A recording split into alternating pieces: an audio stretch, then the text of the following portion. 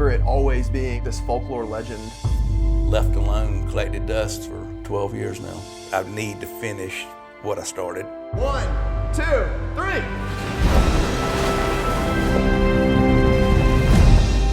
When I think about that boat, I think about my dad. I call it an oversized paperweight. Several people just hate the boat. This isn't a normal situation. People have lived in Lilburn for a long time. They've heard about it from somebody.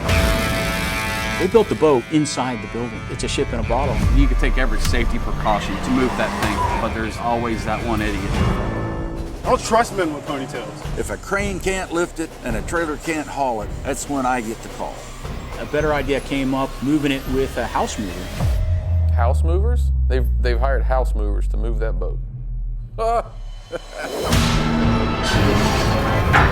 There'll be a repair for that. It ain't gonna look good. Logan's up cold cocking this country in the middle of the yard. All they have to do is take a sawzall with a metal blade, try to make a straight line around it. I ain't cutting my boat. If I gotta chop the top of the boat off, I'm gonna throw it out here in the woods and float down the creek. They weld right back together. This is a welding company.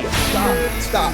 I have made arrangements to file a Reclevin lawsuit. My dad looked me in the eyes and he said, I knew I should have done this myself. Welcome to Radio Labyrinth Presents Interviews. My guest tonight is Nick DeKay. Nick DeKay is the co-producer and the director of the Ark of Lilburn. It's the story of a man and his desire to build a steel yacht 200 plus miles away from any water where he could sail the yacht, and his son's struggle to get it moved to Tennessee. I watched the film, finally, and very much enjoyed it. Again, co-produced, fully directed by Nick. It is available now to rent or purchase on YouTube, Apple Plus, and Amazon Prime. Now, people have been asking me if I have some sort of interest in this movie. Did I invest any money? No. But a few months ago, I did an interview with Jay and Nick, along with one of the principal characters of the film, Cole Porter, the son who's trying to help his father out. And also interviewed Jay on Radio Labyrinth. Now, the interview with the three of them is on the podcast feed, so go to any of your podcatchers and give that a listen. It was a lot of fun. It's a real enjoyable. If you like reality shows, like the cool reality shows where families, you know, they're working at a business and then you have the employees and there's drama. This has all that without all the jump cuts and the fake drama. This is real. And they capture it from start to finish. Plus, really good cinematography, good background music. Everything's really enjoyable. Anyway, I'm a fan of those kind of reality shows, and this follows that storyline. So without any further delay, let's welcome my guest, Nick DeKay. Nick, welcome to Radio Labyrinth Presents. How are you, man? Good, man. How are you? Good. I very much enjoyed the film. I finally got a chance to watch it. I was traveling, and I got home, and I rented it for YouTube.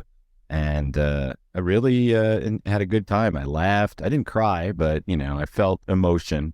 I'm not some cold, heartless, you know, jerk.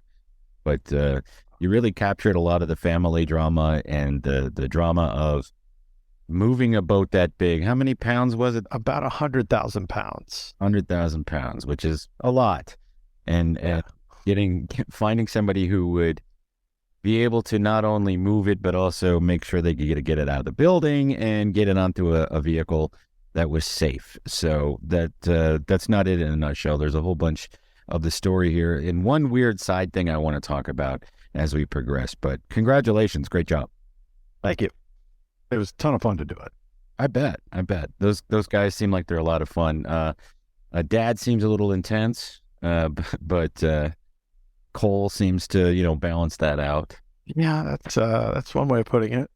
Yeah, Lowe's very intense. Yeah, which makes sense. I mean, he's a self-made millionaire kind of guy. So you tell that story about Low Porter borrowing money from his father just to get started, and ending up being a pretty successful steel. They don't manufacture. What do they do exactly? Structural steel. Structural. And I think it's important to note that it was a $500 loan. Oh, okay. It's $1,000. You know, it's not like a small $200 million loan. Yeah, but he took $500 and turned it into a $1 million industry or business. That's pretty impressive. Yeah. He didn't give me $1 million. My dad gave me $1 million, $2 million, and then I turned that into a lot more money. But really, he built up the business, and then a couple of years ago, Lowe said, well, I've always wanted to have a boat. So in the middle of Lilburn, where there's no place to launch a boat and get it to a body of water that could, house a boat, he built it in a building and had his employees put it together while they were working. Pretty much exactly what happened. Pretty I much. think it was it's the midlife crisis kind of thing. Some people buy a Corvette, some people build a yacht. Building a yacht takes more skill, I would say. Yeah, probably a lot more money too. Yeah. No one knows exactly how much it cost. We don't go into that too much in the film, but no one seemed to know the price tag.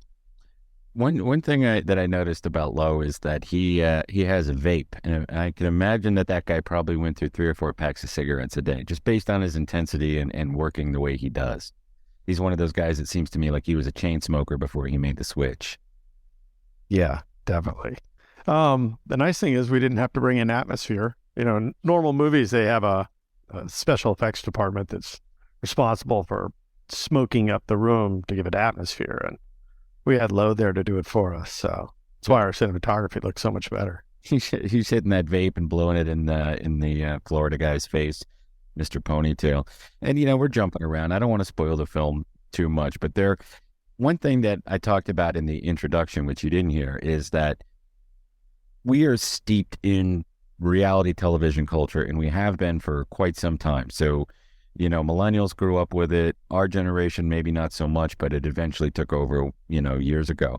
And there's so many reality shows. In order to stand out, it has to be entertaining. Now, the film isn't a reality show, but I got that storyline, that feel, that family, and the way you did the editing and the way you did the shooting, that if somebody were to say to you, I love this movie, I want to chop it up and make a reality show out of it, a series out of it, that could be done. Am I right or wrong about that? Oh, definitely. My initial cut of that movie is hours long. Mm-hmm.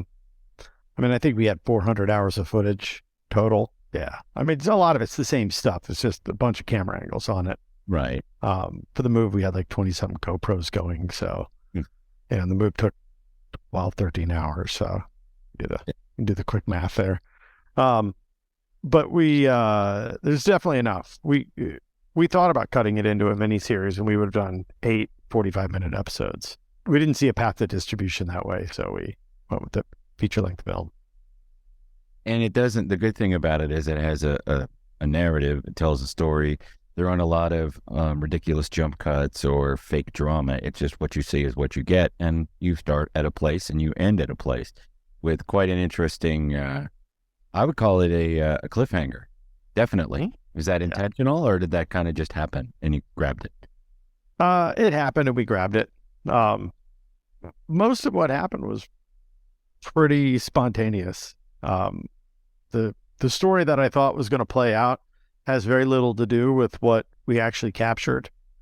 You've talked to Jay, and when we signed up for this, we believed this whole thing was going to take a few weeks total, like our production.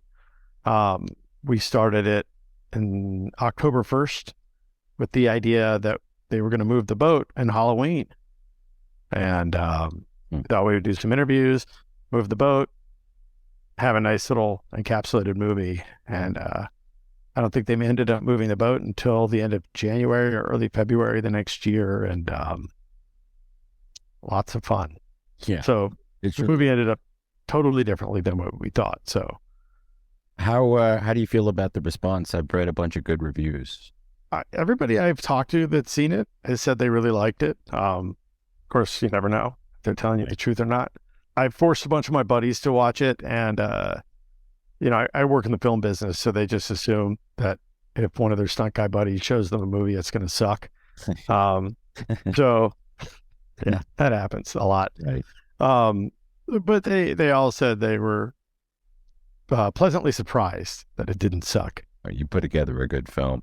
I like to go to Metacritic. That's one of the places I think that you can still get honest reviews, and all of them on Metacritic are good. And that's the place where I saw the most. Oh, that's good. And even somebody said, I read it wasn't even an American film review site. I just followed the lead, and the guy's complaining about it. And then at the end, he goes, but it was really enjoyable to watch. So, okay, I get it. All right. So you liked it. Why didn't you just say that? I think I read that review. He was talking about how I think he was a Canadian guy, and he was like lamenting that it was really stupid people and the other. But then he was like, oh, but it was really fun to watch. Yeah. And by the way, they're not stupid people. You had a bunch of interesting people. You had workers from Porter Steel. You had really the funniest character to me is Pat Burnett. That's his name, right? He's the ponytail mover guy. If Pat doesn't get his own reality show out of this, the world is failing us. Yeah, I was thinking the same thing. He's a character. He has the look. He has the ability to make excuses that are funny. And plus what he does, like you could tell when he pulled up with his truck. Now, for the audience that's watching this now, Pat is the first contractor that they got to come in and move, and he's a house mover. And he said that he had these steel beams that he drilled all these holes in, but immediately you see these steel beams and they look like they're 100 years old and that they were used to build like the Empire State Building and just discarded or something. And my first thought when he pulled in with that was, how the hell are they going to get that boat on there, and how's it going to stay on there? And as we come to find out, that might not happen. Did you talk to him? Does he like the way he's portrayed? I haven't spoken to him actually since it came out. I don't know if Jay's reached out to him or not. I feel like, knowing Pat, he probably doesn't care. He seems pretty confident in himself. Mm-hmm. I think we could, and I felt like we were pretty fair about how we portrayed him. I tried to be as balanced with it as possible. About the conflict between he and the Porters and the drama that ensued. Tried not to lay into either side on the conflict and just show it as it happened. You know, in the month or so I got to know Pat, I'd say it would take a whole lot to get under his skin. And like I said, I think you'll get a reality show out of this. I'd say I would film a show following Pat around doing moves. He's that guy's made for TV. And his wife, right? That's his wife who came with him. That is. Yeah, so they'd be interesting to watch. I would watch that show. Yeah, there's a deleted scene. It didn't make the cut, much to my chagrin. Mm-hmm. Of we took them to Bambinelli's in Lilburn, and just filmed them eating. I think it was the day before they moved the boat, and just asked them about how things have been going. And this is end of January, early February, whenever the boat moved, and. You know, he told us his harrowing journey on January 6th at the Capitol, and told us that the only reason he didn't storm it is because he didn't have a tactical vest and he had to pee. He was there? Yeah. He was so funny. Oh, my God. You know, and his, and then he went and predicted gas prices and all kinds of good stuff. He's really funny. Let me explore that a little bit more. So he was at January 6th, but he left before everything went nuts, right? He said he did not enter the Capitol. Okay. He said he was there for this thing. He went to the Capitol, but then he had to pee. and I guess the porta potties were really far away. So he and his buddy, who was there with him, because they both said they went, they left, and they said, you know, had they not had to pee and also had bulletproof vests, they would have been inclined to go in, but, you know, nature called. And, I thought this was just a pretty funny reason to not storm the Capitol if one's inclined to storm capitals. And I'm never quite sure if he was serious or not, because for all I know, he was lying. Yeah, he could have been. He could have been. I have no idea. He's you can't tell with the guy. Now you portray the conflict between him and in Lowe from Jump Street when he shows up. And they start talking about insurance. Can you kind of explain to me, because I couldn't really figure it out. They contracted with somebody to, I don't know, a logistic company, and the logistics company hired Burdett? Correct. So they went with, I think it's called Seiko or something logistics. None of their people would sign waivers, so we couldn't put them on camera, except for, though, I think one of the guys did, but the other two employees refused. They were in charge of the process, and they hired Pat as a subcontractor. And I guess there was some issues with insurance and other things. Without getting into too much hearsay, There's one of the employees thought that the logistics company mismanaged it, but in any event, the ball was dropped somehow in this thing, and so Lowe was already pretty heated just when the guy showed up because the quote had changed 3 or 4 times, and just wasn't good communication between that company, Pat's company, and Lowe's company. And then you find out that there are a lot of people out there who may or may not be shady, but will make a quote and show up and give you a quote and then take a deposit and then just split or just ghost the client, right? Yeah. And I can't remember how many people they said they went through. Because when they hired this logistics company and by extension Pat, they had already gone through quite a few movers over the years that had shown up, taken a deposit, pieced out. yeah, that's pretty nasty business. Yeah, it's a really hard thing to do. Pat's way of getting it out of the building was, it worked. It got it out of the building. And when I first saw it, I had no idea how they were going to get it out. They talked about craning it out, which seems like it would have been really hard to crane that thing out. You know, you're watching people get behind this as they finally get a mover that they put it on. And that mover has to have lead cars, and you can see how frustrated people are when they're finally able to get around the truck with the boat being hauled. And you were there for that? Were you on the whole trip? Oh yeah, we had I got 3 of my buddies that are stunt drivers to drive the camera cars. So we had GoPros kind of set up on the boat itself, but then we had Reds in 3 cars. We had 1 in each car. Basically followed the boat around, and then we'd race ahead, set up for a cool shot of it driving by and stuff like that. But the bogies, which is what I would call the traffic, they were nuts. We had people cut that boat off probably doing 70, 80 miles an hour and 25 mile an hour zone. And John Aragoni, the guy who drove the boat at the end, that guy is a real wheel man. Yeah. I couldn't believe he didn't crash with some of the shenanigans that people did. And even while he's doing the driving and cutting the corners and getting it through those towns, you see Pat being sarcastic, saying, "Well, I would have done it this way, so it wouldn't do this and that." And you kept that in there, the whole narrative, as the film progresses while the boat's moving. So I thought that was enjoyable too. Yeah, Pat was a character. Yeah. And I feel like Pat lives his life in this with the philosophy of there's a right way, a wrong way, and a Pat way. In a Pat way, yeah. And if you're not doing it the Pat way, then it's clearly the wrong way. And so I think, and I enjoyed, that he naysayed everything and was pretty sure it was all going to be disastrous. And, me being the layman that I am, I didn't know. And it very well could have been disastrous. And, the boat could have toppled over on the side of the road and it would have been a very different movie. Yep. And then you would have had another movie, getting the boat off the side of the road, getting it back on the truck, finishing the journey. You had an electrical contractor, right? Who had to drive and lift any sort of electrical wires or telephone wires. I don't know if that's what they were. I know they're electrical wires that were, above a road because of the height, right? How many times did they have to do that? It was something stupid, like 300 times. Oh my God. Yeah, it was out of control. And those guys it was neat watching them work. It's something I didn't even realize that job existed. And these guys, they just went up to the utilities and they had this little truck with this boom thing on it, and they would just boom up and push these wires out of the way, because I guess the wires have a certain amount of flex built into them.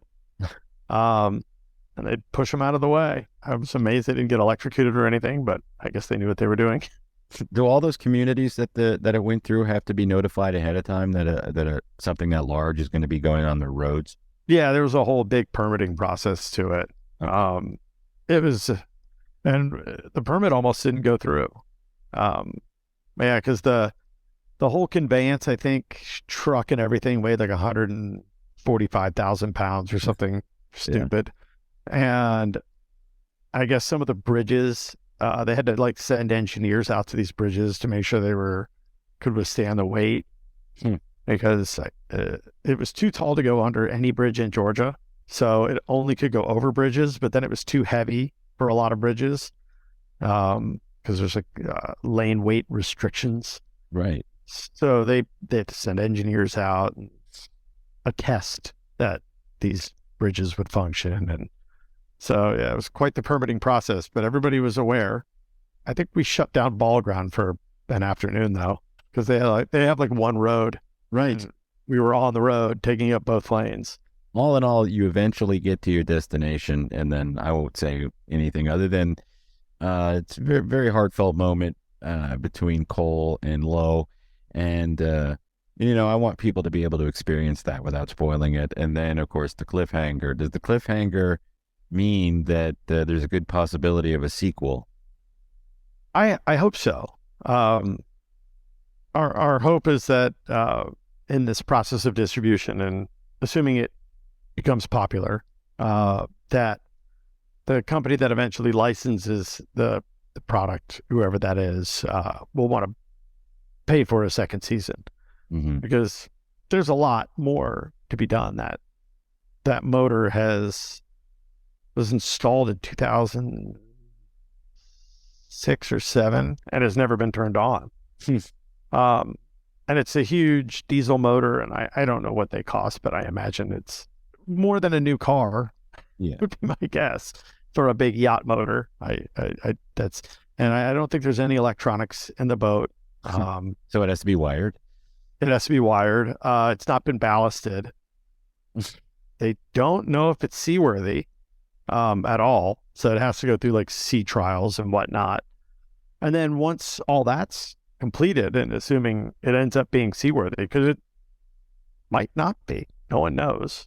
Assuming all that goes well and it doesn't just sink to the bottom of the Tennessee River, they then have to take it down the locks from Vonore, where it is now, and dry dock to the Gulf of Mexico. And I think it takes about a month. And I don't believe that Lowe is I don't believe he's a Coast Guard captain, so he can't do it.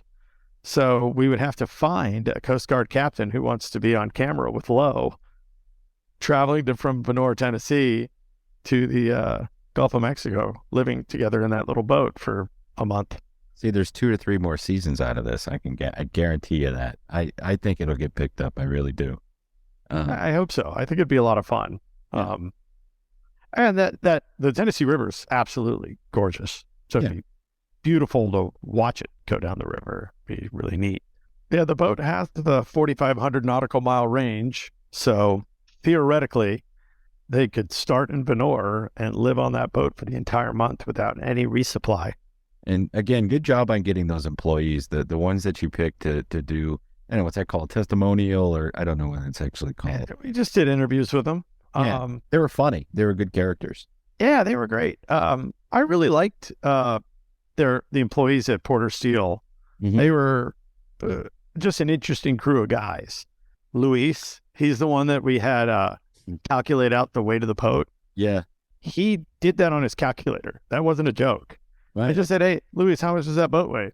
And he took the dimensions of the boat and guessed, and he was almost exactly right. It was interesting to see how smart these guys were and how interesting each one of the characters was. It was just such a neat group of guys, and they were very insightful. And we also got Lowe to agree not to fire any of them. They talked a lot of shit about his boat. Which they did. So they were, once we told them, they're like, "You're not going to get in trouble." The gloves came off, and yeah, that was fun too. So what are you working on now? Anything new? Are you involved in the movie that Jay's working on? Are you doing any stunt work? Yeah, I've been doing stunt work on a movie filming in New Orleans, doubling Jason Bateman in that movie.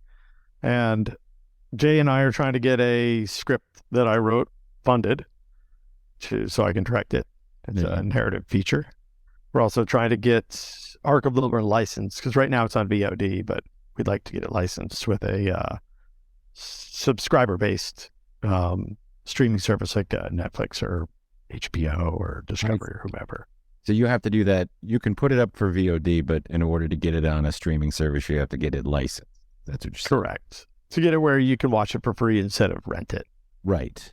And we didn't have, if it was about something that people would naturally know about, but something like this where it's a little strange, a little quirky, when you look at it, it doesn't necessarily tell you what it is. And there's not some famous person you recognize. It's just going to make you want to watch it. It's a little bit more of an uphill battle to get licensing.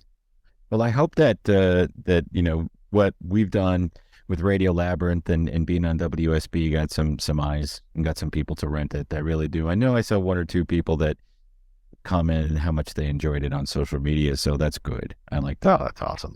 So you're not involved. What's Jay working on? He's working on on Francis Ford Coppola's film where he played a police officer. I think it's great. Just amazing that not only do you direct and produce these films, you're also a stunt person. That takes a lot of balls. I wouldn't be. Yeah. Them. Yes. Being a stunt guy is a fun job.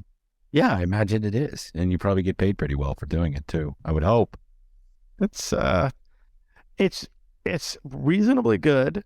But it's a joke compared to the guys What We're Dublin get paid. Mm-hmm. Oh yeah, well, they're the stars, right? Indeed. Why does Jason Bateman need a stunt person? Well, I can't tell you why in this movie, but in general, like in Ozark, like in the first season, when he's riding his little bicycle and he smashes into the side of the car, that's in one of the early episodes, and then the rednecks take him, and that's when he meets the two kind of redneck couple. Although he's probably physically capable of riding a bicycle into the side of a car, they're not going to risk him. So I did it. Okay. Or like in Game Night, the Corvette jumping and going under the airplane and all that stuff. That was me. And I don't know if he could do that or not as a driver, but that was on a second unit. So scheduling wouldn't allow him to do it, even if it is something he would be interested in doing. When did you decide you were going to be a stunt person? What movie? What triggered you to want to do that? It was kind of weird. I'd never even considered film work in general. I had my view of the industry was basically what I think a lot of people's view is that if you're not already related to somebody famous or connected, you're not getting in. So I didn't pursue it at all. I liked the idea of it, but I didn't do it. And I owned a gym in Atlanta for a long time. And in 2008, a filmmaker came in and said, "Hey, we want to use your gym as a location, blah, blah, blah." And I said, that's fine, but you got to put me in your movie. Mm-hmm. I didn't really realize how kind of silly of a retort that was, but I guess he liked my boldness and said, "Well, can you act?" And I said, "Absolutely not." And he said, "Well, what can you do?" I said, "Well, I can fight." So he said, "Well, there's a role for a guy who can fight," and he doesn't actually say much. So I think my only line in the whole movie was "Damn it." What movie? It was called The Drug Runner, and I don't even know if it ever came out. I've never seen it. Oh. But it's but the director was really nice, and he put me in this movie. And then I really enjoyed it, and I met a couple other stunt guys on that movie who I'm still friends with to this day. And it took me about 4 years to start making a real living in the industry, and where I had to sell my gym and be a full-time movie guy. What was your gym called? Unit 2. It was off Potts. It was a Brazilian Jiu-Jitsu, boxing, Muay Thai gym. You're a tough guy then. No, I'm not going to mess with you. I wouldn't anyway because I'm not strong. But so you can do all those fighting things. A little bit. I hired people that were way better than I was. Like all the instructors could beat me up. Yeah. Well, that's why you hire them to do Correct. that. That's why Lowe hired somebody to move his boat because he can't do it. So you got to hire somebody to move your boat. Exactly. Again, the movie is The Ark of Lilburn, and people can get it YouTube, Apple Plus, Amazon Prime for rent or purchase. I rented it. I'll buy it on DVD when it comes out.